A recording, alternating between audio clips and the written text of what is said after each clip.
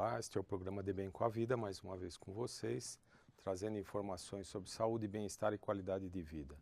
Viemos falando nos últimos programas a respeito das medicinas homeopática, medicina chinesa e acupuntura, e eu sou o Dr. Luiz Razanti Júnior, médico clínico geral, trabalho com essas medicinas e também com antroposofia, ou medicina sob orientação da antroposofia.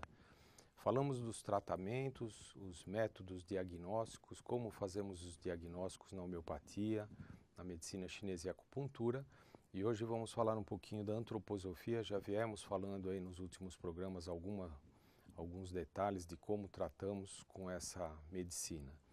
A antroposofia foi desenvolvida por Rudolf Steiner, que era um filósofo que viveu no século XVIII, XIX para o século XX. Ele nasceu no século XIX e viveu até 1925, mais ou menos. E Rudolf Steiner, a princípio, era um engenheiro de formação, mas depois acabou estudando filosofia e ele tinha algumas capacidades diferentes, né? Ele era um médium, um vidente na época. Então, através de inspiração, ele escreveu e também deu muitas palestras sobre esse método de tratamento, que é um método que se inspira um pouco na homeopatia, no modo de ver dessa energia vital, ou também da medicina chinesa, que também tem como base um corpo vital, o Qi, né? O Qi, que é essa energia circulante, o qual nós sempre estamos falando nos programas, que quando sofre um desequilíbrio, passa então a desenvolver no físico um adoecimento, né? Nós vemos nessas medicinas o adoecimento como uma manifestação posterior ao desequilíbrio energético. Primeiro, então, tem-se o desequilíbrio energético e posteriormente nós temos o desequilíbrio físico, segundo essas medicinas. E nós tratamos dessa maneira, nós corrigimos o desequilíbrio energético e conseguimos com isso uma melhora dos sintomas físicos. Na antroposofia, temos algumas diferenças, né, em relação à homeopatia muito importantes. O descobridor da homeopatia, o Samuel Hahnemann, ele desenvolveu a teoria baseada então nessa manifestação da energia vital. Isso foi no século XVIII, em 1790, ele lançou o primeiro livro, né, o grande livro da homeopatia, o Organão da Arte de Curar. E Rudolf Steiner lançou a teoria da antroposofia bem posterior a isso. Mas fala-se que tem aí um fundamento, então, ainda relacionado à homeopatia, porque na antroposofia nós utilizamos também medicamentos que são diluídos, da mesma forma como são diluídos os medicamentos homeopáticos. Explicamos no último programa que esses medicamentos diluídos, eles não têm mais a matéria-prima em forma concentrada dentro do medicamento. Por exemplo, pega-se uma planta, nós demos o exemplo da beladona ou do acônito, que são plantas que contêm alcaloides alucinógenos, a beladona tem, né? Por isso que era chamada de beladona, porque quando se ingeria as folhas dessa planta, as pessoas ficavam com as pupilas dilatadas, então por isso que chamavam de beladona, porque as mulheres ficavam mais bonitas. Inclusive utilizavam essa planta justamente para ter esse efeito, né? O efeito aí da dilatação pupilar.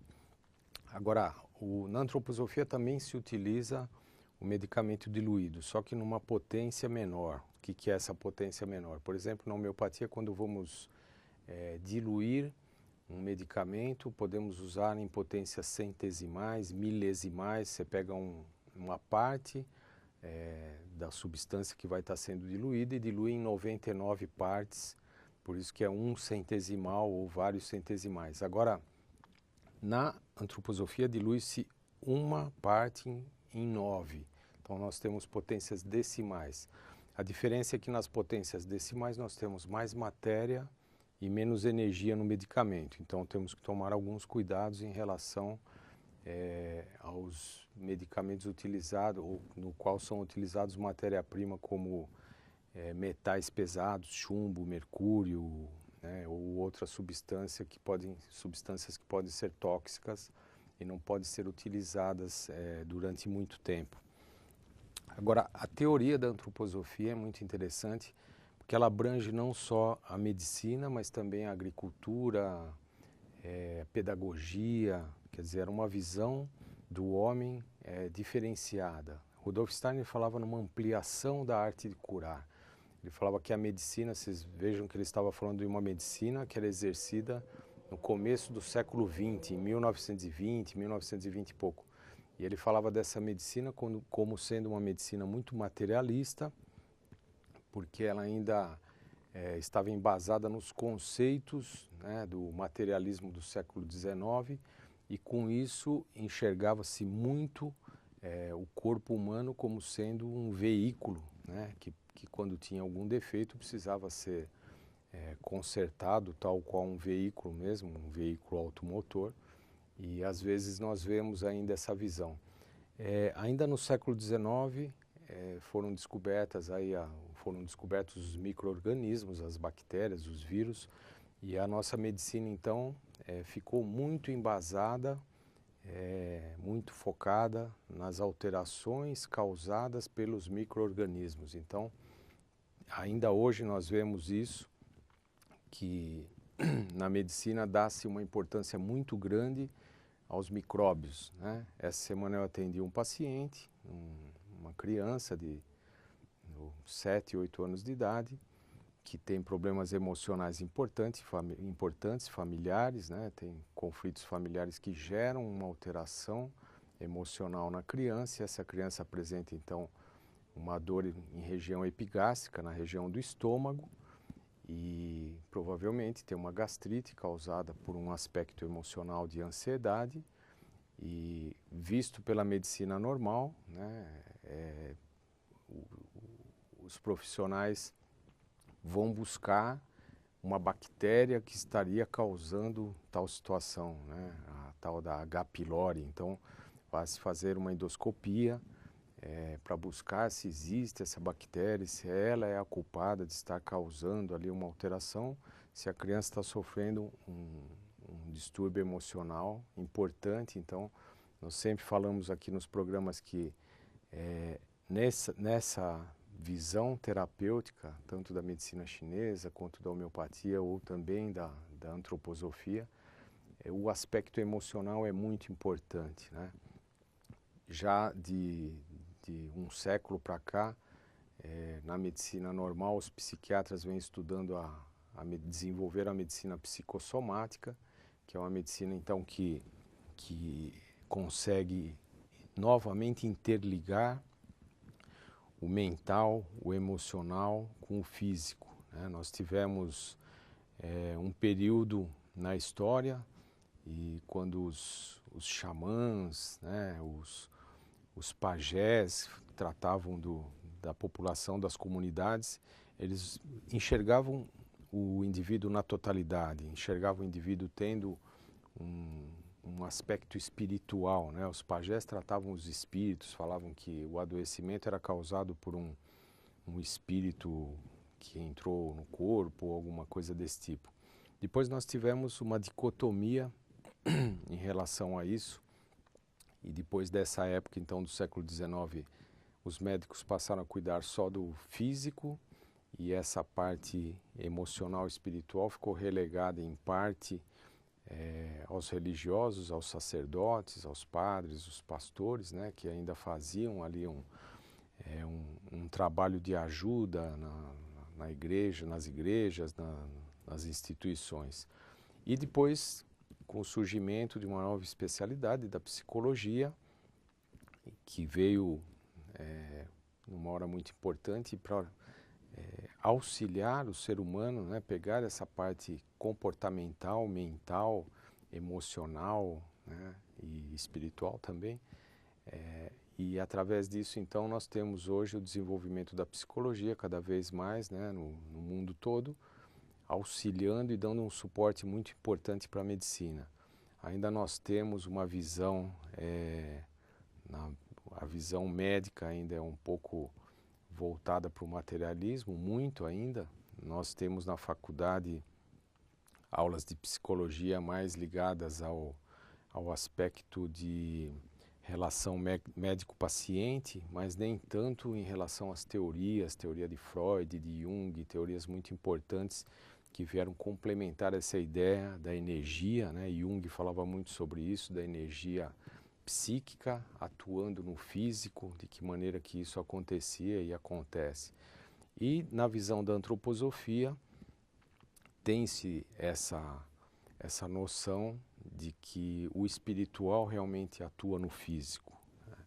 E eu, quando entrei na faculdade, já algumas vezes falei aqui que eu entrei na faculdade um pouco mais maduro, aos 27 anos, já tinha feito uma outra faculdade antes, tinha trabalhado e tinha uma visão diferente. Então, quando fui estudar, eu já observava de uma outra maneira, já tinha uma outra consciência em relação ao que eu queria, o que eu queria da profissão, né, como médico. E logo após terminar a faculdade, eu fui então, entrei em contato com a antroposofia através de uma colega de classe, me deu um folheto, um folder falando sobre antroposofia, que era uma medicina que unia o físico com o espiritual. Isso me interessou muito e eu acabei então fazendo um curso nessa época já, em 1989, um curso de um ano, um curso anual, no qual ficávamos durante meio período tendo aulas e estudando a teoria e alguma prática também dessa filosofia, dessa ciência espiritual ligada à medicina.